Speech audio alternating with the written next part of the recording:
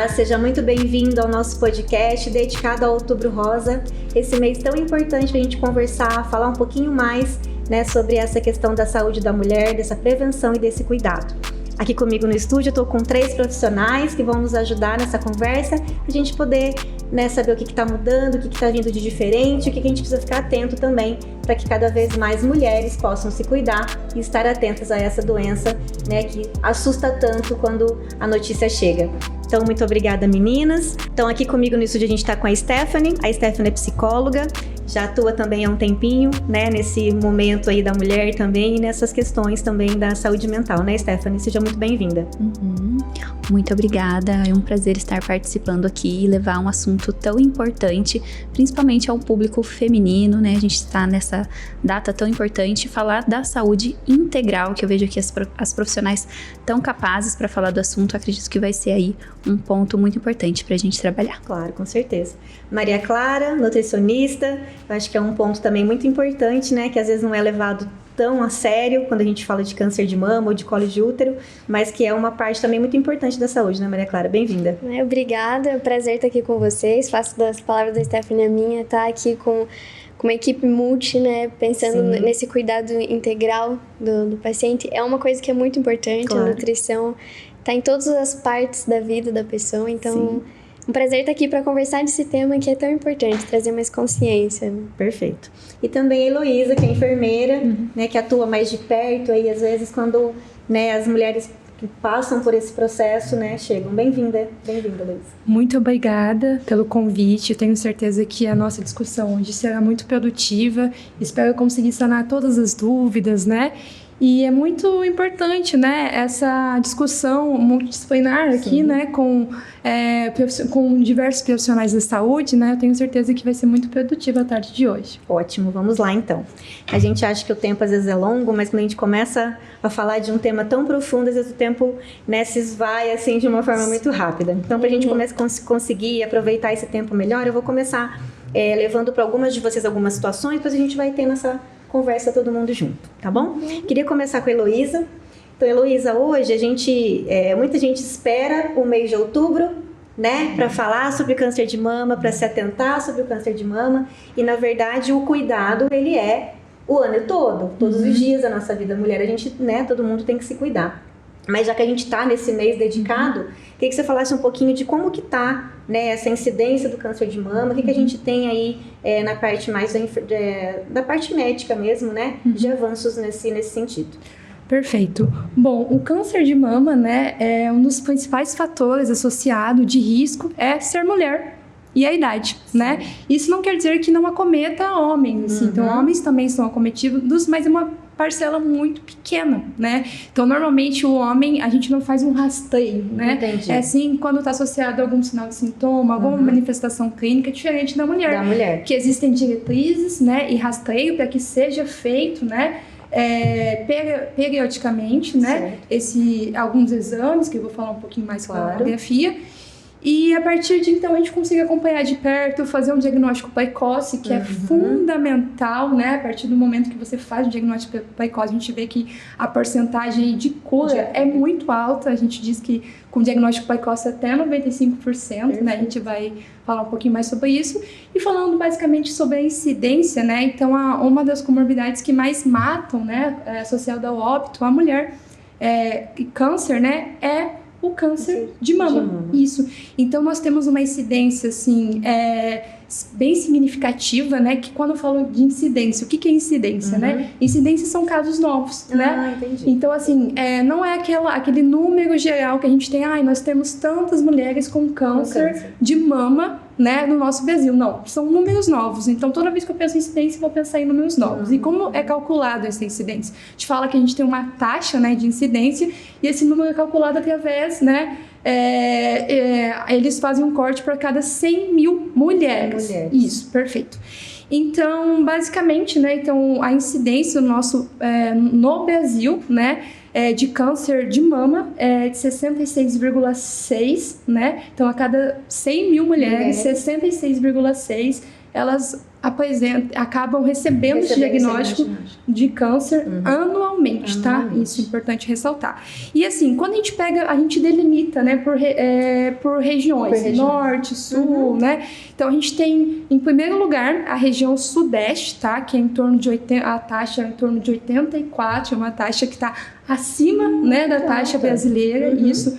E segundo lugar, vamos ver se vocês imaginam.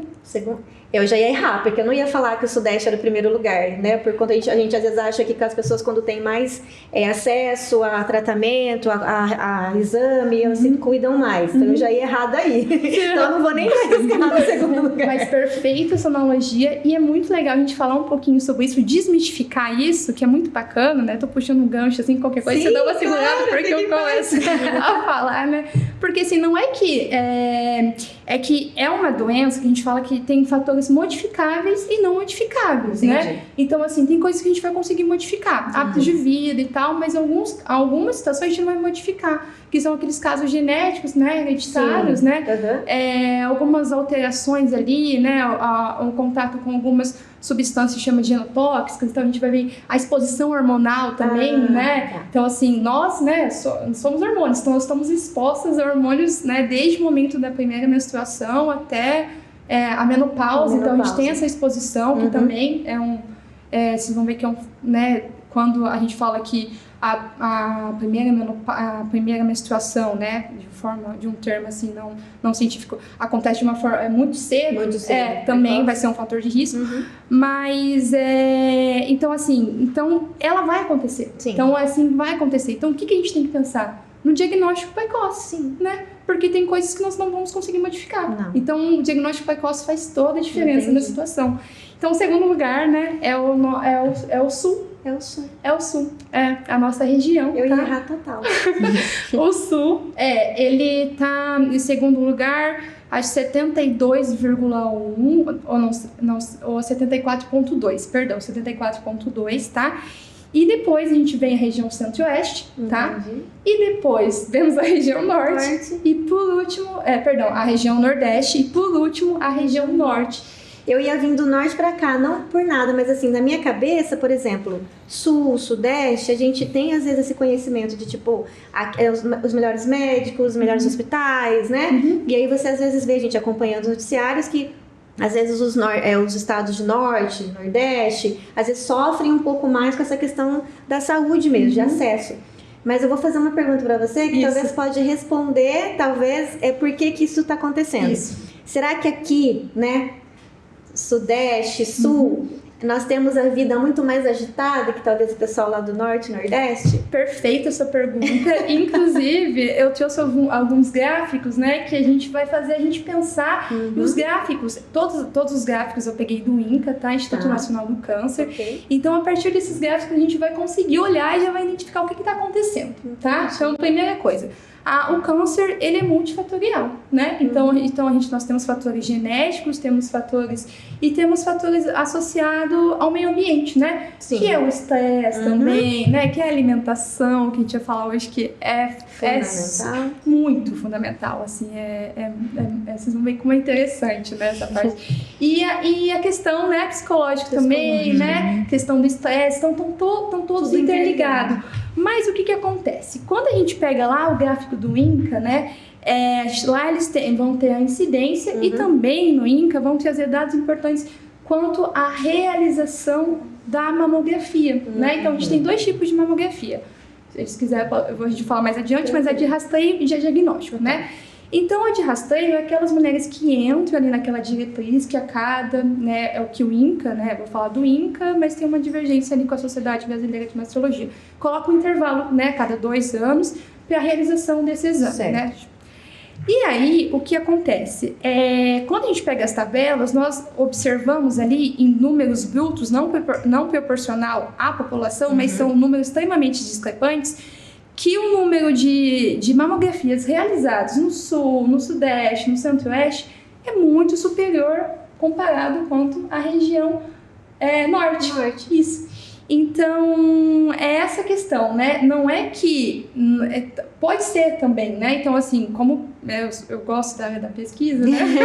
Eu gosto de números, né? Então, assim, como pesquisadora, olhando esses dados, né, olhando, assim, formulando hipóteses, eu diria que olha, pode ser sim, né, associado, né, a questões, né, ambientais ali, mas eu diria, na minha opinião, que eu teria que testar a hipótese, né, obviamente, que está muito associado também a realização desse exame. Isso, a identificação de... Porque se você não faz o exame, você não vai saber se naquela região tem casos ou não tem casos. Isso, perfeito. E quando a gente vai mais a fundo ainda, para finalizar, né, o INCA também traz alguns gráficos interessantíssimos em relação à escolaridade, né, das mulheres e a realização do exame. Então a gente vê quanto maior o nível de escolaridade,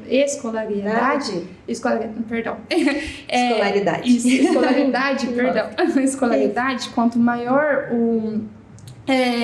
então a maior realização desse exame, né? Então a gente vê assim que mulheres ali com ensino fundamental incompleto, então tem ali uma taxa a depender da região, tá, gente? Mas assim, de 40, enquanto comparado àquelas mulheres que com ensino médio, aí vai subindo depois 60, até 70, isso. Então, assim, o nível de escolaridade e também quando a gente pega a renda, né? Então, aquelas mulheres com uma renda menor, né?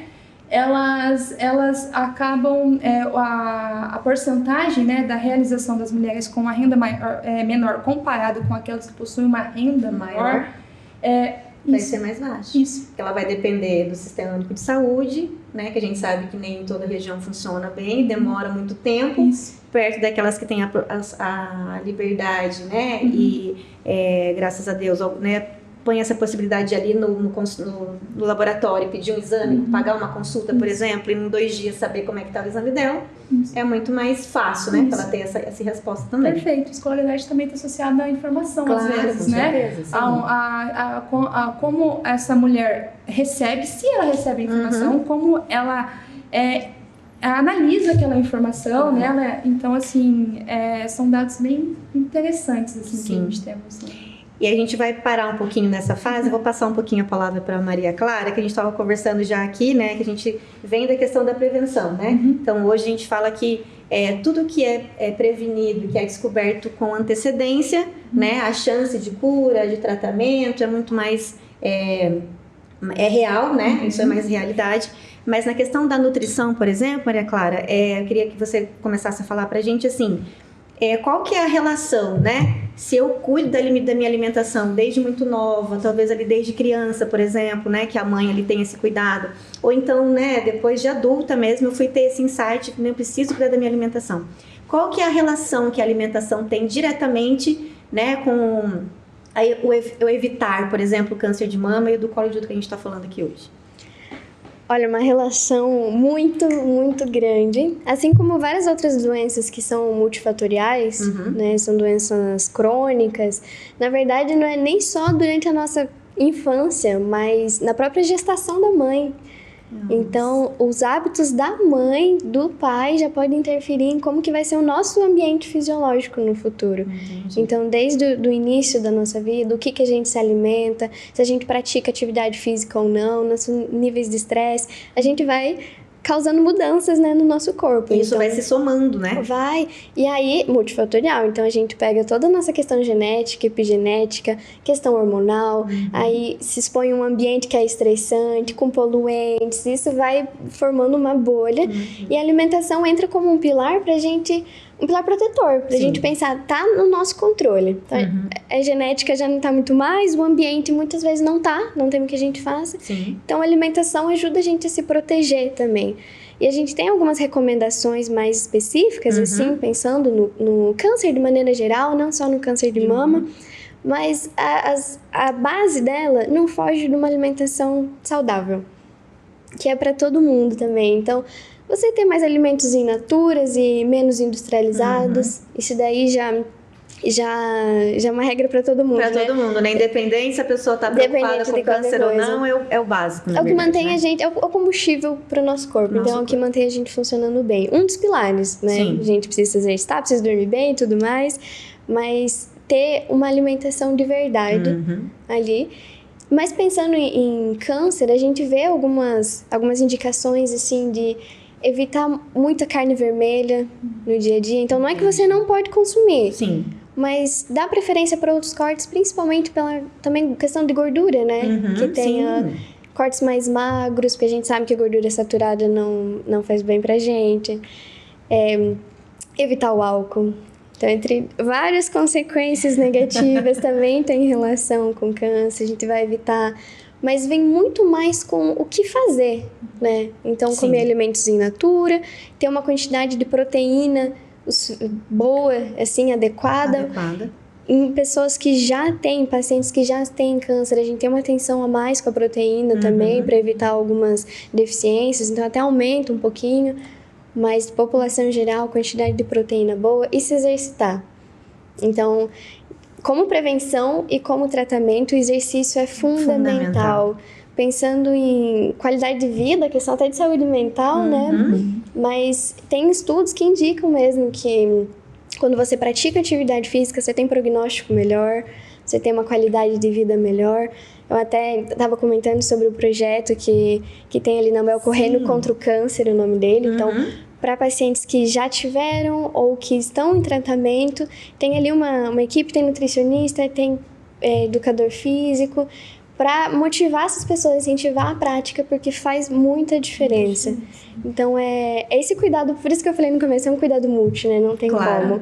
Vem exercício, vem nutrição, vem como prevenção, como tratamento, como cuidado. Como cuidado. Né? Cuidado integral. Se a gente for falar hoje, por exemplo, assim, né? A gente tá mais focado hoje aqui, questão, né, do Outubro Rosa, mais focado na mulher, né?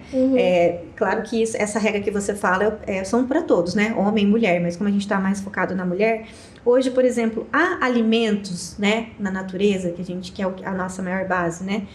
Que fortalecem, que ajudam, por exemplo, a mulher a evitar algumas coisas, por exemplo? Olha, não existe a pílula mágica. Entendi. Da nutrição. A gente tem a questão hormonal da mulher, que é vamos dizer que acende vários alertas pra gente, ver como é que estão os hormônios ao longo de toda a vida, chegou menopausa, não chegou. Tem algumas condições específicas, mas a nutrição, de maneira geral, ela já é muito individualizada, né? Então, ainda mais mulher, que é um organismo ali... Exatamente. Nós somos muito complexos, Exato. né? Então, a gente... É a verdade, né? Exatamente. Então, a gente pega aquela mulher e entende os sintomas dela, os exames dela, o que ela tá sentindo, o que ela tá precisando, e aí se adapta uma estratégia específica para ela. Então, tem vários sinais, vários alertas, vários pontos de atenção. Mas dentro da nutrição, a gente não vai ter essa pílula. É até um ponto que tem que ter atenção, principalmente aqui que a gente está falando do câncer. É um pouco maior, não que seja necessário, né, que realmente aconteça, mas pacientes que têm câncer têm uma tendência a ter mais motivação para mudança de vida. Afinal, eles entendem que é importante para a saúde, então me motivo mais a buscar. Claro. E nesse caminho, eles têm acesso a informações que às vezes não são muito adequadas, não tem uma evidência robusta por trás. Existe evidência, mas nada tão robusto.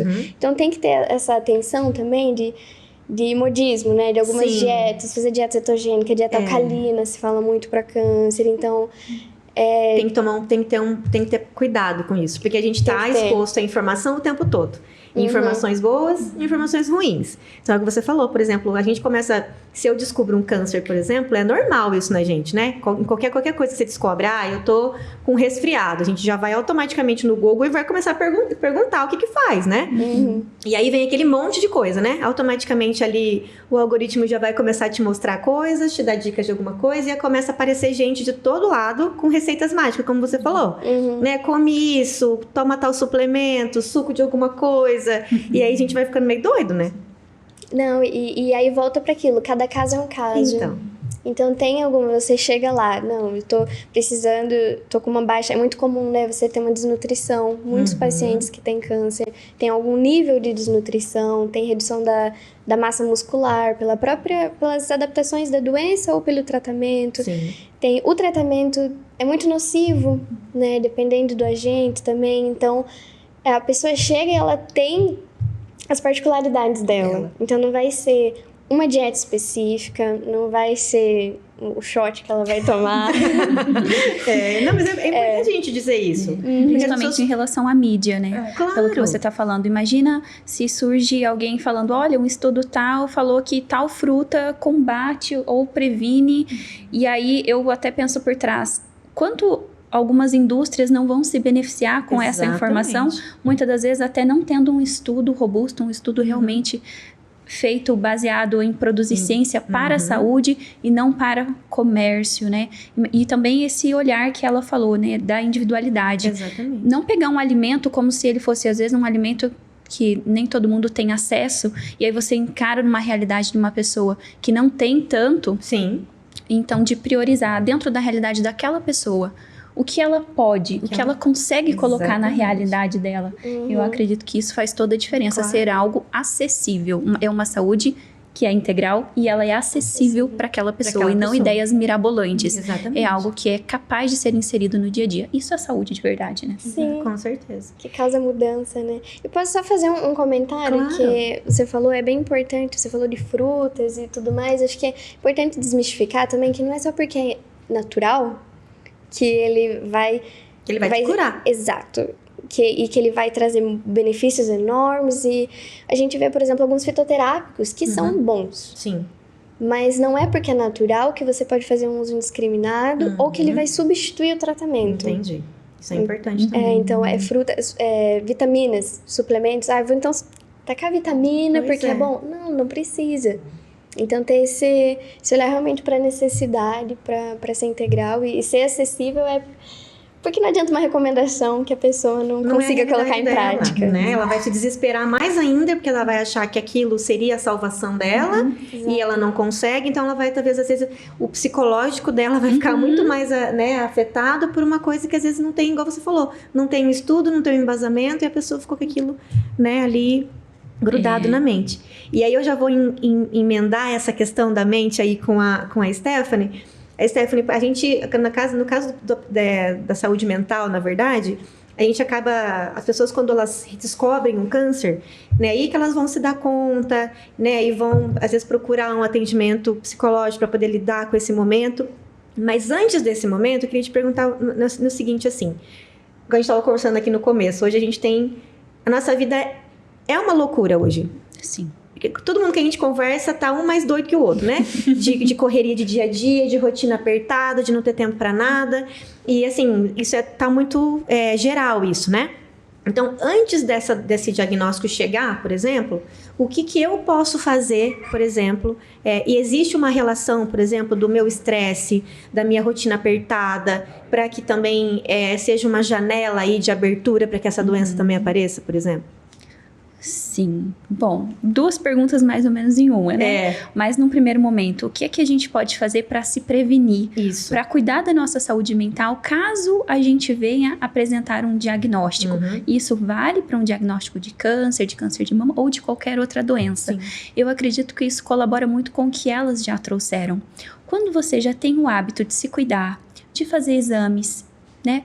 De se observar. Sim. Esse cuidado já é natural. Então, quando você descobre uma doença, não é uma coisa de outro mundo. Sim. Você já tem uma certa... Você entende que coisas podem aparecer, você entende a necessidade daquele cuidado, ou você já se posiciona, você já arruma um tempinho para sua saúde. Sim. Ou seja, quando você já se cuida e você passa a ter que se cuidar um pouco mais por conta de um diagnóstico, muita coisa vai mudar. Mas já é diferente de quando uma pessoa que ela não se cuida em nada.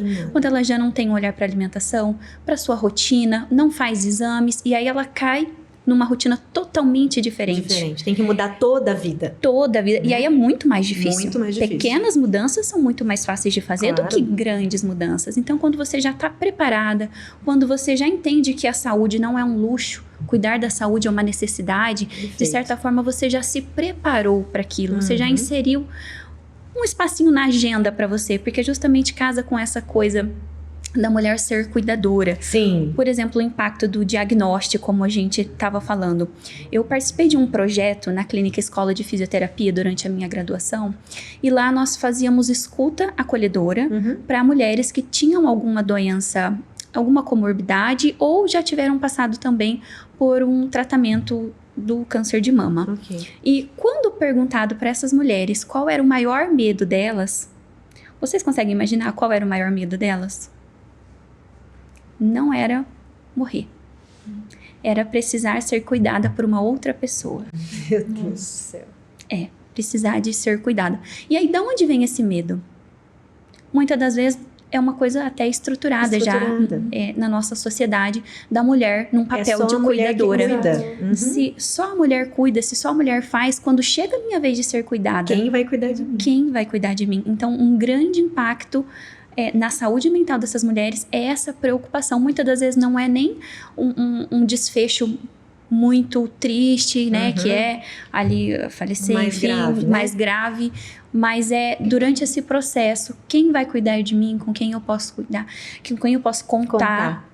Então, como a primeira pergunta, a gente se preparar, já cuidar da saúde de uma forma integral, o quanto antes, e entender que muitas das vezes a gente vai cair numa cilada de achar que isso é um luxo, de achar que isso não é tão importante. Então... E a gente, pegando esse gancho que você falou da mulher sempre cuidar, a gente tem uma propensão a sempre deixar a gente para depois. Então, eu cuido primeiro dos filhos, eu cuido, né, do marido, ou se eu sou sozinha, eu vou cuidar de uma mãe que precisa, por exemplo, de uma pessoa que está precisando de mim, mas eu vou ficando, né? A gente vai deixando a gente, né? E a gente fala, mas não precisa, né? Isso eu vejo depois. Tô bem, não vejo depois. E quando pode ser que no depois já seja...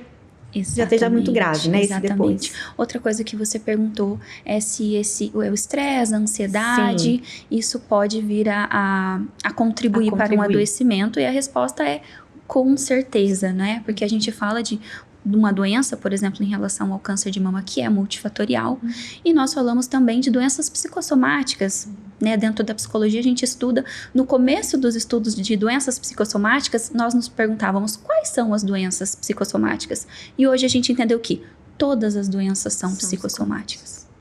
Todas elas. Então, a forma como a gente reage diante do estresse, da ansiedade, como é o nosso ambiente emocional, nosso ambiente mental, ele com certeza vai trazer impactos, porque hoje a gente não separa mais corpo e mente, a gente sabe que eles estão lado a lado. Tanto se você apresenta sintomas de ansiedade, não são só os pensamentos que ficam desorganizados, é a nossa mão que soa, é uma taquicardia, é a gastrite, muitas das vezes, queda de cabelo, é o intestino. Então, a saúde emocional, a saúde psicológica, ela está totalmente aí conectada. Então, ela pode impactar, sim, no aparecimento de não só de um câncer, mas de todas as doenças. Perfeito. Vou voltar aqui no caso com a Heloísa. Heloísa, hoje, quando a gente fala de câncer de mama e de colo de útero, né? Hoje, o que a gente tem de exames, né? A gente vamos no mais básico, por exemplo, que vai conseguir atender a maior parcela da população, que a gente mulher tem à nossa disposição para poder fazer, né? Para se prevenir e também para tratar caso essa doença apareça. Perfeito. Quando nós falamos em relação a exames, né, falando do câncer de mama, primeiramente, a gente pensa que as mulheres, né, o INCA, ele indica que a partir de uma tal faixa etária, comece a ser realizado a cada 2 anos a mamografia, né? Então, é isso que ele coloca. Mas, né, quando a gente vai, né, a gente pensa, né, na prática... A gente vai para a prática de verdade, né? Quando a gente vai para a prática de verdade, teve uma atualização, tá? O INCA, ele institui que mulheres a partir de 50 até 69 anos, né, elas fizessem exame de mamografia a cada 2 anos. Isso. Essa mamografia é chamada mamografia de rastreamento, né? E tem a mamografia diagnóstica, que quando que é feita essa mamografia diagnóstica? Essa mamografia diagnóstica, ela é realizada quando a mulher, né, ou o médico que acompanha, o ginecologista, ou o médico ali que acompanha essa mulher, percebe alguma alteração na mama, ou ela mesma percebe e ela pode estar fazendo essa mamografia diagnóstica, tá? Então, por que colocaram essa idade? Qual foi essa mudança, né? Eles colocaram essa idade porque eles perceberam que a partir dessa faixa etária, né, havia maior incidência, né, de câncer associada ao óbito também. E eles colocaram 2 anos porque eles viram que que um exame de mamografia sensível, com uma técnica correta, né? Com um equipamento sensível ali de qualidade, ele consegue detectar alguns tumores muito pequenos, né? E esses tumores menores até que 1 centímetro. E esses tumores... antes mesmo de ter um acometimento linfonodal. O que é esse acometimento linfonodal? O que ela está falando, né? O que é isso, né? É quando o câncer, ele se agrava, né? Então, Entendi. o câncer, a alteração ali do câncer, ela existe, né? Essa lesão cancerígena. E ela tem a metástase, então ela não fica só ali, né? Então ela se espalha. Okay. Mas, teoricamente, né, de uma forma bem resumida, seria isso. Mas o que acontece, né? Com alguns estudos, né, viram, né, alguns estudos evidenciam que mulheres antes dos seus 50 anos acabam tendo diagnóstico, né, do câncer de mama. Então, nós temos, quando a gente fala assim, né, pra gente puxar o gancho, use como exemplo, acho que a gente... a Ana, não sei se vocês já ouviram falar da Ana, acho que a Ana Furtado, né? Sim. Aquela apresentadora que teve o câncer com 44 anos de idade, né? Então, assim, não se limita só a ela. Então, outras mulheres estão sendo diagnosticadas. Eu, particularmente, já, assim, não é próximas a mim, mas eu já tive pessoas próximas que tiveram mulheres na família com 30 e poucos anos, com 20 e poucos anos, com câncer de mama. Isso. E aí, então, nesse caso, tem um caso um pouquinho mais particular, porque pode estar associado, né, à questão hereditária, genética, que eu vou entrar também no assunto quando eu devo fazer, mas aí, com esses estudos, eles viram, poxa, né, existem mulheres, né, que estão apresentando muito câncer, antes. E aí, né, então a Sociedade Brasileira de Mastologia, né, ele já batia desde 2008, né, descer essa idade classificatória ali. Isso, que entraria nesse protocolo de mamografia de rastreamento, né? E aí falou, né, tá acontecendo, né, gente? Nós temos A mais B, tá ok. Então, mês passado, no final do mês de setembro, teve uma nova atualização, tá? Pelo Ministério da Saúde, que ele abriu o leque. Então, mulheres, né, a partir de 40 anos, sim, o SUS, né, tô falando aqui nesse caso do SUS porque é o Ministério da Saúde, claro, né, sim, essas mulheres, elas teriam o acesso mais facilitado, né, a esse exame, mas ele coloca um termo sob demanda. O que isso significa, né? Isso significa se for acordado entre o médico, entre a paciente, né, não necessariamente com a manifestação de um sintoma, a manifestação de um achado, né? Então, abriu esse leque. E também teve mais uma alteração, tá? Então, não é mais até 69 anos, é até 74 anos, tá? Então, abriu isso. E depois de 74 anos, faz ou não faz? Aí, né, o profissional de saúde ali que acompanha, ele vai ver, né, em questão relacionada a fatores de risco, e que se essa mulher, né, deveria, se compete, né, se faz sentido naquele momento a mulher continuar fazendo esse rastreamento a cada 2 anos. E isso, quem fala a cada 2 anos é o INCA. A sociedade, a sociedade médica, né, ele fala que a mamografia deve ser realizada anualmente. Isso. Então, tem essas diferenças. Hoje é o exame que detecta melhor, vamos falar assim, no caso, um nódulo, né, um câncer de mama. Isso, perfeito. Nós chamamos de padrão ouro, né? Então, aquele exame, a gente temos qual exame padrão ouro para tal patologia, aquele que, né, o recomendado, mais sensível. No caso do câncer de mama, a mamografia. E, por exemplo, se a gente for estender essa questão, né, que acaba sendo o mês de outubro aí, a questão do câncer de colo de útero também, nesse caso, daí o exame mais indicado seria o Papa Nicolau. Isso, perfeito. Isso seria o Papa Nicolau. E a partir daqui, a gente vamos tentar refazer essa relação. A partir de que idade daí é indicado que essa mulher comece a fazer o Papa Nicolau? Então, vamos falar de novo da teoria e da prática, né? Então, esses são alguns detalhezinhos que é bom ir puxando o gancho, né? Então, assim, o que acontece, né? O câncer de colo de útero está associado ao quê? A presença ali do vírus, o HPV, né? Então, que o vírus do HPV, nem toda mulher que tem, nem toda mulher, no caso homem, assim, em geral, não tem o vírus, mas vai manifestar aquelas verrugas. Na verdade, é a minoria, né? Entendi. O câncer que a gente fala que o vírus, existem vários tipos de vírus, né? E o vírus que a gente considera o mais, entre aspas, vamos chamar assim, mais agressivo, mais virulento, muitas vezes ele não vai estar apresentando ali uma verruga, né? Então, assim, quanto mais e muitas vezes, por mais que você tenha um vírus, você não vai manifestar verruga, mas você não vai, o seu organismo muitas vezes não vai conseguir eliminar por completo aquele vírus. A gente fala que ele fica latente ali, né? Ele fica adormecido, né? Existem alguns termos, enfim. Então, mas não significa que ele não esteja ali, não significa que ele não possa estar causando que ele não vai estar se replicando, tá causando alguma lesãozinha ali no tecido, enfim. Tá. Então, a gente pensa em questão a exposição, né? Então, assim, mulheres, né, que foram expostas à vida sexual, né? A gente relaciona isso à relação a parceiros, mas hoje em dia a gente sabe que nem, né, muitas mulheres, né, casadas, né, independentes, acabam, né, apresentando um quadro de... uma outra discussão, na verdade, são várias camadas. Várias coisas envolvidas, então, assim, né? A gente não limita isso, é só quem tem muitos parceiros, só quem não usa sem camisinha, a gente fala exposição. Né? Isso, acho que é o melhor... Ou seja, abrange tudo aí, né? Abrange tudo, né?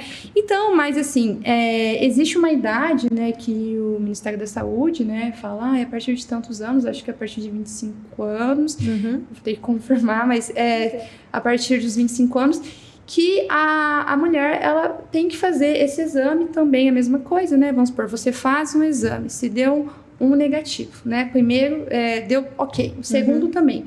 Aí, o próximo você pode levar um tempinho a mais para ser realizado, né? Isso são protocolos, né? Mas em questão, na prática, também seria importante, né, que mulheres com idade reprodutiva, sexualmente ativa, realize esses exames com frequência. Com frequência, isso, para que sejam identificados. Maria Clara, voltando a falar um pouquinho aí, então, da nossa alimentação, você já deu aí algumas dicas, na verdade, na nossa primeira conversa, mas, por exemplo, a gente vem muito hoje, igual você falou, né, de priorizar muito a alimentação natural. Né? Então, a gente ficou uma frase bem conhecida, né, da gente abrir menos e descascar mais, né? Então, vamos dizer assim. No caso do câncer de mama, eu penso que em qualquer outro tipo de câncer também, quais são vamos falar assim, as comorbidades, por exemplo, ou fatores de risco, né, que proliferam ainda mais, né, a possibilidade de você ter um câncer de mama. O que eu falo é questão de cuidar de peso, né, do que eu como, meus hábitos, né, dia a dia. Então, eu queria que você falasse um pouquinho sobre isso. O controle de peso é um dos pontos fundamentais, pensando tanto no controle do para menos, né, da desnutrição, para não ter, mas a obesidade, ela é um fator de risco para o desenvolvimento mesmo. Então, a obesidade, ela causa várias alterações fisiológicas, né, síndrome metabólica, a questão hormonal, alteração de insulina, o aumento do tecido adiposo, aumenta a produção de citocinas que são pró-inflamatórias, né, a inflamação tem essa relação também. Então, o controle de peso que vem através do exercício e da alimentação, vai ser fundamental para diminuir esse fator de risco que é a obesidade mesmo, esse excesso de tecido adiposo. Então, a alimentação vem com isso, que é o que a gente já estava conversando. Sim, a questão mais in natura, até evitar a carne processada foi uma coisa que eu não comentei também. Então, é o controle do que você consome. A gente vem hoje numa rotina de vida, né, muito rápida, e a indústria vai nos oferecendo muita coisa fácil, né? E a gente fala, foi para facilitar, gente, na verdade não é, né? A gente sabe. Mas assim, a gente vê, na correria você, né, prefere abrir um pacote, uma coisa congelada, ir para rapidinho, né? Mas, por exemplo, a gente vê hoje muita coisa, muito embutido, né? Penso que isso também seja, né, muito complicado também. E uma coisa que acho que acende um alerta também, não sei se você, né, acho que você vai concordar comigo, em relação à alimentação, como você falou, que começa desde a gestação da pessoa. Então, hoje a gente vê as crianças sendo introduzidas a alimentos muito complicados desde muito pequenas, né? E ela vai construir a vida dela ali, ela vai chegar, né, A gente tem casos de crianças com câncer, claro, não é o tema no caso do câncer de mama, mas a gente já vê muitas crianças hoje apresentando muitas doenças assim, e eu acredito que tem essa relação com a alimentação também. Tem, o índice de obesidade infantil inclusive, tem aumentado muito, muito grande. E é um ponto de atenção porque a gente está formando nesse período de infância, de adolescência. Isso. A gente está desenvolvendo, inclusive, o nosso sistema nervoso, o nosso cérebro. Sim. Então, tanto da questão genética, fisiológica, mas questão comportamental também. Sim. Então, muitas pessoas, muitos adultos que não conseguem comer vegetais e frutas é porque lá na infância não tiveram uma aproximação desses alimentos. Então, molda muito, constrói muito e molda esse ambiente hormonal. Sim. Mesmo, que é nessa tecla que a gente tá falando, é o que aumenta a exposição a isso ou não. E a questão da praticidade é um ponto. Sim. É a vida que a gente tem hoje, a rotina, é corrida, a gente precisa de tempo, mas a gente pode se organizar. Também. Então a gente pode tornar a nossa alimentação mais prática. Claro. A gente não precisa chegar em casa e cozinhar, a gente pode deixar uma marmita. Sim. A gente pode levar um lanche na rua, se você sabe que você não vai ter um tempo ali para cozinhar, que você compraria o lanche prático, você pode levar algo. Levar alguma coisa. É mais simples? Não é. Não é. Não é, mas é um cuidado com a gente. Cuidado. Foi o que a gente estava conversando, né? Que você precisa se dar esse luxo de ter um tempo para cuidar de você. Então, assim, mesmo assim, só que a indústria também, do lado que ela oferece, né, nos oferece muitas coisas prejudiciais, vamos dizer assim, a gente também hoje tem um avanço na questão do dia a dia, por exemplo, que também nos ajuda, né? Eu falo nós mulheres, porque é a gente que tá mais na cozinha, nesse processo, né? Mas hoje você tem muito acesso também a coisas que facilitam o teu dia a dia. Então, legumes já cortados, por exemplo, né? Já pré-congelados ali, in natura, que você só, né, joga na água. Então, isso também, então, assim, às vezes a gente não olha para esse lado, a gente só olha no pronto. Mas aqui também pode me dar, né? Já vai calcular o meu tempo, vai diminuir o meu tempo ali de cortar um legume, por exemplo, mas não deixa de ser natural. Então, também isso vai me ajudando, né? E não tem... Eu tinha preconceito com isso. Falei, gente, vou comprar uma salada cortada? Eu posso cortar. Gente, mas o tempo...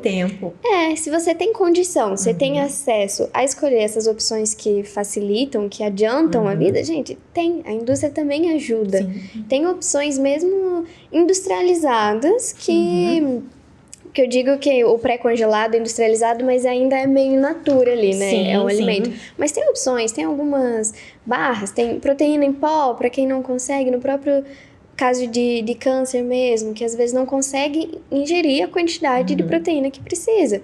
Tem algumas opções industrializadas que entram. Então, tem que tomar muito cuidado. Tem mais opções ruins do que boas. Mas você tendo consciência das suas escolhas, isso é importante. Você conhecer o que você está escolhendo consumir. Exatamente. Não ir no automático, sabe? Não ir na... A gente precisa cada vez mais aprender a ler rótulos. Isso. Né? A gente precisa aprender. Isso não é, bobeira. Mas a gente é pra nossa saúde mesmo. É o que a gente está ingerindo. Exatamente. Então, é um cuidado. E, Stephanie, eu vou voltar um pouquinho no caso aqui da saúde mental.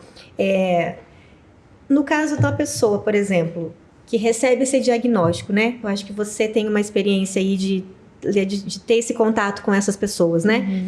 O que você percebe hoje que é o que mais mexe com a pessoa? Igual você falou, algumas mulheres já pensam em quem vai cuidar delas, né? Mas, assim, a maioria das pessoas que recebem esse diagnóstico, a mulher que recebe, qual que é o maior medo dela, né? Tirando essa parte do ser cuidada. Ela já pensa mesmo no final, por exemplo, vou morrer? Não. Pensa também, porque um diagnóstico desse te coloca de frente com a finitude. Sim. E isso é um impacto, porque a gente leva a vida ao mesmo tempo que a gente sabe que um dia a nossa partida vai chegar. É como se isso ficasse um pouco no bolso. A gente vai vivendo tendo a garantia de que o amanhã virá. A gente tem essa falsa segurança. Então, quando vem um diagnóstico de algo que pode se agravar tanto, que você pode, né, enfim, nos casos mais graves aí, ter a sua vida interrompida, e aí vem os planos, os sonhos, a família, quem vai cuidar de mim. Então, na verdade, a gente vê aí um impacto que ele vem para a saúde mental com todas essas preocupações. Acredito que coloca em xeque essa questão da finitude, do olhar, o que eu fiz até aqui, até essa questão de identidade, quem sou eu, ela trouxe, né, sobre essa questão do chamado, muitas das vezes, nossa, eu preciso mudar o meu estilo de vida, porque além da minha saúde para agora, ou eu mudo agora, ou vai ficar muito pior para mim, Sim. mas ainda, assim, ainda que eu me recupere, eu não posso viver muitas das vezes como eu estava vivendo antes. Exatamente. Então vem esse chamado para a saúde, vem esse chamado até para as escolhas familiares, essa questão do cuidar, né? Muitas mulheres chegam nesse ponto e aí vê o quanto se deixou, quanto acabou sendo negligente, não por querer, mas por todas essas demandas a gente vai se deixando, né? Nós mulheres temos 2 vezes mais chances de desenvolver a depressão do que os homens, por exemplo. E aí a gente coloca numa questão por quê? Por que nós mulheres adoecemos mais? Tem a questão hormonal, né, que mexe muito com a gente, mas com certeza um contexto social. Sim. Onde nos coloca como cuidadoras, onde nos coloca... Hoje, a gente tá no mercado de trabalho, a gente tá em casa, a gente tem a maternidade. Então, tudo isso é afetado com um diagnóstico. Por exemplo, se essa mulher é mãe, essa questão do... E os meus filhos? Exatamente. Não é só quem vai cuidar de mim, mas quem vai cuidar dos meus filhos. Muitas das vezes, essa mulher, ela sabe de tudo. Até a marca do molho de tomate que usa em casa. Exatamente. O que o filho gosta de comer, o que ele aceita, a nutrição dos filhos. Sim. Quer dizer, tudo é impactado. Tudo ela. Então, ter uma rede de apoio... É isso que eu ia perguntar pra você. Da importância da rede de apoio nesse momento. Ter uma rede de apoio faz toda a diferença. Com certeza, vai prevenir a saúde mental dessa mulher que já recebeu um diagnóstico que está afetando e vai afetar a saúde física de forma integral e emocional, mas ter com quem contar faz toda a diferença. Inclusive, tem um estudo que às vezes eu levo nas palestras sobre saúde mental, que ele é um estudo feito em Harvard, ele ainda está acontecendo, só que já fazem 8 gerações que um grupo de pessoas estão sendo analisadas para descobrir por que essas pessoas vivem melhor, quais delas que participam desse projeto vivem melhor, e o que faz, o que elas fazem. Hoje a gente fala muito de atividade física, alimentação, enfim, vários contextos, mas muito do que não aparece, que é o resultado dessa pesquisa, que é o que nos faz viver mais e melhor. Algum palpite? Fora isso, tudo que eu já falei? As nossas relações. Eu ia falar isso. As nossas relações. Ter com quem contar faz toda diferença. Obviamente, cada mulher vai estar inserida numa realidade, se ela é casada ou não, se ela é jovem ainda tem os pais para contar, se ela já tem uma idade aí esses pais já partiram, é uma irmã, quem faz parte, a equipe médica, uma psicóloga, a equipe da saúde, todo mundo vai fazer parte dessa rede de apoio. Mas ter rede de apoio, ter com quem contar, faz toda a diferença, independente do quadro que está se apresentando. É um quadro que recém foi descoberto e tem toda ali uma questão de muitas chances de cura, ou já é um quadro onde essa pessoa precisa se preparar para encarar uma possível morte, porque a gente também precisa enquadrar em relação, por exemplo, a cuidados paliativos, dessa aceitação. E a própria aceitação também da doença precisa ser trabalhada. Por exemplo, como uma psicóloga, né, entender, poxa, mas muitas das vezes eu fiz tudo certo, eu cuidei da minha saúde, vem a culpa, que aconteceu porque isso eu comigo? coloco aquela pessoa também em xeque com a própria espiritualidade. Então, assim, são muitas as camadas que estão afetadas diante de uma pessoa que recebe o diagnóstico. Então, quanto mais ela tem a rede de apoio, quanto mais ela tem o autoconhecimento, quanto mais já é um costume cuidar da saúde integral, melhor vai ser, melhor ela vai passar por isso. E Stephanie, já juntando isso também, por exemplo, estou doente, né? Recebi esse diagnóstico, por exemplo, do câncer de mama, estou em tratamento. O que é o ideal, por exemplo? Eu só cuidar de mim, eu continuo trabalhando, eu continuo com a minha rotina, continuo com a minha vida. Porque às vezes tem isso também, a pessoa às vezes recebe um diagnóstico, ela para tudo, né? Ela para, ela às vezes, assim, cada um vai ter uma reação, eu penso que você deve ter reações muito diferentes, né, de pessoas que você recebe. Mas, por exemplo, tem umas que são super positivas e continuam, né, a vida ali, vão embora e vai dar certo. Tem umas que levam um baque e para tudo, né? Então, o que você aconselha, na verdade? Perfeito. Bom, nós voltamos mais uma vez daquilo do que já é o seu costume. Por exemplo, se você tem uma pessoa que ela já é uma pessoa mais ansiosa, Quando ela recebe um diagnóstico, essa ansiedade vai tender a aumentar. Com certeza. A forma como ela lida com aquilo vai tender a partir mais para um lado da ansiedade, né, de uma dificuldade, às vezes, de lidar com as próprias emoções. Se uma pessoa que ela já é um pouco mais centrada, que ela já tem um pouco mais de autoconhecimento, a saúde mental mais regulada, ela já vai passar por isso de uma outra forma.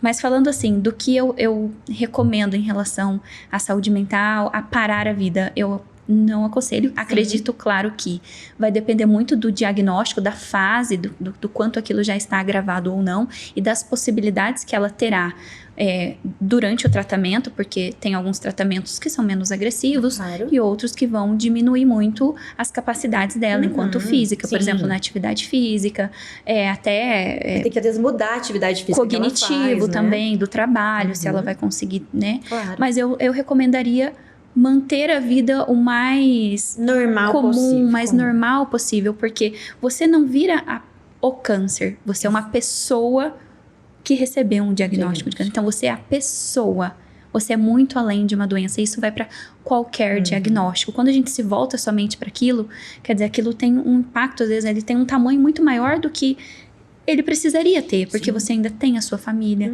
você ainda às vezes tem sonhos, você ainda tem questões que você precisa resolver, coisas que você quer viver, a vida em si. Então, tentar continuar ocupando outros espaços, a não ser de pessoa adoecida, de a pessoa com diagnóstico, também vai fortalecer e dar mais força para você passar por aquilo. Com certeza. Heloísa, hoje, o que acende o alerta numa mulher, por exemplo, e que ela pode estar com câncer de mama? Quais são os sinais? Por exemplo, a gente está muito acostumada a ouvir falar, né? Sobre o autoexame, né? A gente se perceber, né? A gente se olhar, isso é muito importante. Então, eu queria que você falasse um pouquinho desses sinais, né? Que a mulher pode perceber nela mesma. O câncer, ele é muito silencioso, né? Então, quando alguém me pergunta o que é o câncer? O que é o câncer? Né? O que é, né? O que te fere, né? Um câncer de um tumor? Todo tumor é câncer? Não, né? Então, o que é o câncer? O câncer nada mais do que as células ali, né? Que constituem aquele tumor cancerígeno, ele tem uma alteração ali no DNA, né? Uma alteração ali no DNA que não foi corrigida por mecanismos, né, celulares que deveriam identificar, corrigir ou até ocasionar a morte ali daquela célula, Não foi identificado também pelo sistema imune, né? Então, o sistema imune tem um papel fundamental, né? Então, assim, o sistema imune vai se apresentar de forma diferente ao decorrer da doença, mas em questão de identificação, né? Ele tem um papel fundamental de identificar aquela célula que ocasionou aquela célula que tem aquela alteração ali, que não foi corrigida, e fazer a eliminação daquela célula, né? Então, é muito silencioso. Então, você pensa, é uma alteração ali falando de uma forma bem sucinta, ali no DNA, né? E essa célula vai se proliferar, né? Então, ela vai se proliferando, então vai formando o tumor, né? O tumor, a gente tá falando então aqui de tumor cancerígeno, de lesão maligna, tá? Nem todo tumor é um câncer. É um câncer. Isso. E então, a gente tá falando desses casos. Então, como é muito pequeno, né? Então, quando é identificado, né? Quando a mulher consegue perceber, aquele tumor tá um pouquinho, né? Ele já tá grande, né? Já. Então, assim, mas existem alguns sinais que a gente pode estar observando, principalmente em questão da anatomia ali da mama, né? Então, a mama, você percebeu que a mama tá um pouquinho mais vermelha, né? Que a mama mudou um pouquinho a pele, se tá saindo algum líquido da mama espontaneamente, né? Então, são sinais. Sim. Se você vê algum abaulamento, né? A presença ali de um caroço, né? Então, são sinais de alerta que a gente... Opa, tem alguma coisa, né? A questão do autoexame, ele não é recomendado para a questão de rastreamento, né? Então, você vai ver que algumas cartilhas aí, eles já não falam tanto essa questão do autoexame, né? Eles não frisam tanto. Mas isso não significa que nós não temos que nos conhecer. Conhecer, com certeza. Então a gente tem que saber, né? O que, a gente tem que entender o nosso corpo, a gente tem que olhar, entender a nossa anatomia, né? Claro. O que está acontecendo, Sim. isso é comum? É meu, eu tinha isso, né? Igual você falou, você percebe a minha mama mais vermelha, mas ontem não tava assim, semana passada não tava assim. Isso. O que é isso aqui, né? Isso, perfeito. Então tem essa questão. Por que eu falo isso do autoexame? Porque também o autoexame, às vezes a mulher fala, olhei aqui, não tem nada. Não tem nada, tudo bem? Não vou fazer a mamografia. Não. E sem contar que às vezes, né, aquela questão do autoexame também, muita gente fala que é um falso positivo, a mulher vê um nódulo, fica nervosa, desesperada, né? E enfim. Então, são esses principais sinais, né? O autoexame não deve ser feito para rastreamento, mas, como eu disse, é muito importante a mulher se conhecer. Se conhecer. E a gente tá falando muito de outubro rosa, câncer de mama, mulher, mas o homem também pode ter câncer de mama. Exatamente. Isso também é uma questão muito importante, né? Então, como o homem ele não entra nesse protocolo, né, de rastreamento, então, qualquer alteração que o homem perceba ali, né, na mama, ele tem que procurar atendimento, né? Tá vermelho, tá saindo alguma secreção, a pele mudou.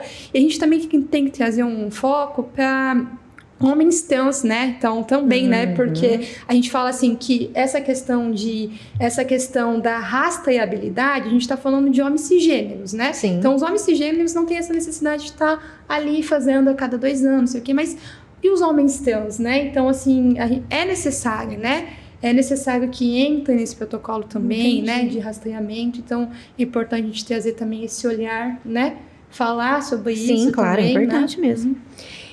Pra gente começar a encerrar a nossa conversa, que deixar a gente vai conversando aqui umas 2 horas que a gente vai, gente, conversando aqui. É muito legal que a gente vai, às vezes, dando consciências na gente, assim, às vezes até a gente, né, no dia a dia, por exemplo, a gente fala, chegou o outubro rosa, vem todo mundo falar as mesmas coisas de novo, mas assim, é importante que a gente pare esses momentos para ter essas conversas, porque acende. A gente, acho que todas nós aqui conversando, em algumas de nós já, às vezes, pode ter até surtido alguma coisa, olha, preciso começar a fazer isso, já em mim já apareceu algumas coisas aqui. Mas pra gente começar a ir pro final da nossa conversa, eu queria que vocês rapidamente, assim, cada uma na área de vocês, que vocês dessem algumas dicas, assim, sabe? No caso, você enfermeira, que deve ver muita coisa, né? No prático ali, algumas dicas mesmo, assim, para as mulheres hoje, né? Nesse sentido do câncer de mama. O que priorizar, por exemplo, né? O que você acha que é importante que as mulheres estejam atentas nesse momento? Essa questão do autocuidado, olhar para si, né, se preocupar com a saúde. Então, assim, como eu disse, o câncer em etapas iniciais ele é muito silencioso. Sim. Então a gente só vai identificar mesmo fazendo os exames, né, ter esse cuidado com você, né. Então, como eu disse, né, a gente teve esse avanço legal, né, achei muito legal, incrível essa questão do Ministério da Saúde de mulheres de 40 a 49 anos que entram, né, no protocolo de rastreamento, né, estendemos a idade para 74 anos. Então, assim, ter esse cuidado, né, olha, chegou anualmente, então eu vou marcar, né, vou marcar o meu GO, deixar ali na agenda, vou né, marcar com o meu, eu preciso um mastologista, né, não sei qual médico, né, a mulher. Então, assim, marcar, né? E as mulheres que têm acesso ao plano de saúde, ter esse controle. As mulheres que não têm acesso, a gente tem a atenção primária, né? As UBSs, né? Que atendem, que realizam esses exames, né? É só você chegar lá, marcar. Dizer, né, que olha, quero fazer meu preventivo, quero realizar mamografia, quero marcar um GO, quero conversar com a enfermeira, que ela também vai fazer esses exames, também vai solicitar alguns exames, né? Então é esse principal cuidado e realmente, né, eu acho que esse seria o principal gancho, assim, que eu diria em relação a essa comorbidade. Perfeito. Maria Clara? Eu digo mesmo. Não foge do cuidar de você. Porque, por mais que existam algumas recomendações específicas, a base, pensando na alimentação, a base é uma alimentação saudável. É um cuidado. Só que a gente estava até conversando. É simples, não é fácil. Não é fácil. Então, a maneira que você vai colocar isso em prática, você vê que isso é um cuidado. Sim. É cuidado que você coloca pra dentro de si, do que aquilo vai ter pra você, tanto emocional, tanto prazer, tanto fisiológico. Porque a gente vê as pessoas muito na questão da saúde, por exemplo, da alimentação, vamos falar assim, as pessoas, a gente pensa que às vezes o cuidado com a alimentação, com não ficar com grau de obesidade alto, por exemplo, é só questão de estética, né? Aí virou uma coisa de, assim, ser modinha, né? De comer as coisas fit, de não sei o quê. Mas, na verdade, é totalmente ao contrário, né? Você começa primeiro a cuidar de você, que a estética, na verdade, vem como consequência também, que é uma preocupação que nós mulheres temos muito. Mas não adianta também você ter uma vida desregrada na alimentação e só procurar depois o estético. Daí vai estar tudo tomado, né? Exato, mas é justamente, é uma consequência. É importante? É importante. Sim, claro que não dá pra gente dizer que não, é só a saúde. Não, estética é importante também, mas é uma consequência. Então você ter esse respeito com você também, porque a gente vê ali, daí vê no Instagram, vê nas mídias a blogueira, Sim. alguém que consegue colocar uma rotina muito mais, que não tem a mesma vida que você. Sim. Tanto de acesso financeiro, acesso de tempo, de estilo de vida, de contexto, e você se pressiona aquilo. Não, é respeito também. Pensando nessa condição, nas comorbidades que a gente pode ter, cada um é cada um. Um tratamento é diferente. Mudanças, às vezes, Exato. Não é? Eu falo, é tijolinho por tijolinho. Exatamente. Na sua capacidade, na sua recomendação médica também. Sim. Porque eu tô falando até de exercício físico e tudo, vai depender do que você pode, do que você não pode. Claro. Então, sem comparação. Mas tijolinho por tijolinho, você constrói uma base que é sustentável. Claro. Também. Você colhe a longo prazo, não é só momentâneo. E Stephanie? Bom, as meninas já trouxeram muito, tudo isso realmente é muito importante. Fiquei pensando em algo aqui que pudesse colaborar com tudo que elas trouxeram. E eu pensei em algo que eu trabalho na clínica de psicologia, por exemplo, com as pacientes, que eu acho que é algo muito importante da gente desenvolver, é o autocompromisso. Autocompromisso porque muitas das vezes eu até levo para palestra isso. A coisa mais triste que tem, muitas das vezes, é a gente perder a confiança em alguém. Sim. Por exemplo, vão vir profissionais aqui para fazer um podcast e aí ninguém aparece. Aí no outro dia, não, amanhã vem. Aí ninguém vem. Não, mas depois de amanhã vem. Né? Perdeu ali. Fala, não, mas não vai vir ninguém, não. Quantas vezes a gente não faz isso com a gente? Na segunda eu começo. Mês que vem eu começo. Ai, meu Deus. Janeiro, né? A gente já tá em janeiro agora, porque, né? Outubro, novembro. Agora é janeiro. Janeiro eu começo. E acontece o que é mais triste do que perder a confiança no outro, que é perder a confiança em nós mesmos. Muitas das vezes, com essa coisa da mulher cuidar, da mulher ser aquela que faz tudo pelo outro, parece que a gente diminui esse autocompromisso com a gente. Com certeza. Né? E isso impacta muito a nossa vida. Então, ter esse compromisso... Quantas das vezes a gente não marcou um compromisso com alguém, chegou o dia e você falou, por que eu falei que eu ia? Você nem quer ir, só que você vai. Porque Deus, né, você desapontar o outro. O que a pessoa vai pensar? Mas e quando é pra gente? A gente né, dá um valor ao compromisso com o outro, a gente deixa ser maior do que com o que a gente mesmo. Muitas das vezes é até inconsciente, muitas das vezes é a rotina que nos levou, mas abrir espaço para falar sobre isso e trazer a importância desse autocompromisso, do autocuidado, da gente entender que se cuidar não é um luxo, é uma necessidade. Eu diria, então, esse autocompromisso, anexando tudo que as meninas falou, com certeza é algo assim que é capaz de mudar a nossa saúde e incrementa muito num tratamento, seja de um câncer ou de qualquer outra doença. E eu vou até, assim, me dar o direito, na verdade, de até falar uma coisinha íntima do que você está dizendo, porque, assim, igual você trouxe no começo, as mulheres, às vezes, têm o medo de quem vai cuidar de mim. Mas, por exemplo, nós não nos cuidamos, né? A pessoa não se cuida. É uma responsabilidade nossa também nos cuidar. Né? Além de ser um compromisso, né, um prazer que nós temos, né, de cuidar de nós, eu vou um pouquinho além. Eu acho que é uma responsabilidade também, né? Porque se eu tenho uma família, né, ali, igual você falou, cada um tem sua realidade, filhos ou não, solteiro ou não, mas se algo acontecer comigo, alguém precisa cuidar de mim. Né? Alguém vai cuidar da gente. Vai ser uma pessoa estranha, vai ser enfermeiro, vai ser o médico, vai ser a mãe, vai ser o marido, não importa. Mas alguém vai ter que cuidar da gente. Então, eu penso que também é uma responsabilidade minha cuidar de mim primeiro, né? Porque a gente fica naquela, se acontecer, alguém vai cuidar. Mas, poxa, eu cuido primeiro, né? Para que talvez isso não aconteça. Ninguém precise cuidar de mim, não porque não precisar cuidar, mas talvez que aqui eu não passe por essa situação também. né? E a gente está falando do câncer de mama, mas isso vale para qualquer doença, vamos dizer assim, né? E a gente vem ouvindo cada vez mais, né, as pessoas com muito burnout, né, com crises, né, de pânico e tudo mais. E isso tudo tem, que a gente está conversando aqui, tudo tem tá amarradinho ali, né? Com certeza. Não tem como cuidar de ninguém se a gente não cuidar de nós mesmos. Então, é essencial esse autocuidado, esse autocompromisso é a chave, acho que para tudo que a gente trouxe aqui.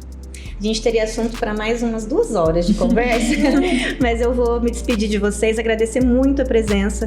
Foi muito enriquecedor, né, essa conversa. Acho que esse momento do mês de outubro não é só um momento da gente olhar e falar, é um movimento, é um momento mesmo de a gente parar, né? Da gente parar. Eu acho que todo mundo precisa, no momento, parar um pouquinho e fazer uma autoanálise, né? E acho que esse mês é para isso, né? A gente tendo a realidade, talvez, das pessoas que estão passando por essa situação ou não, mas acho que o mês de outubro é isso, né? A gente parar, se analisar um pouquinho, pensar na saúde, no que pode ser melhorado. Acho que tem muita dica aqui para quem está nos vendo, para pegar aqui as dicas das meninas, né, e melhorar cada vez o nosso dia a dia. Então eu quero agradecer a Heloísa pela participação, por estar com a gente nesse momento, Maria Clara da mesma forma e Stephanie. E para você que nos acompanhou, né, espero que você tenha aproveitado as dicas aqui, a conversa, e fique atento às nossas redes sociais, que em breve a gente volta com mais assunto para a gente conversar. Quero fazer um agradecimento especial também ao Plano de Saúde Hospitalar, que nos ajudou, que trouxe essas profissionais maravilhosas aqui para conversar com a gente. Então, muito obrigada, né? E você que está nos assistindo, fica aí também a dica de mais um cuidado que você merece, que é a sua saúde.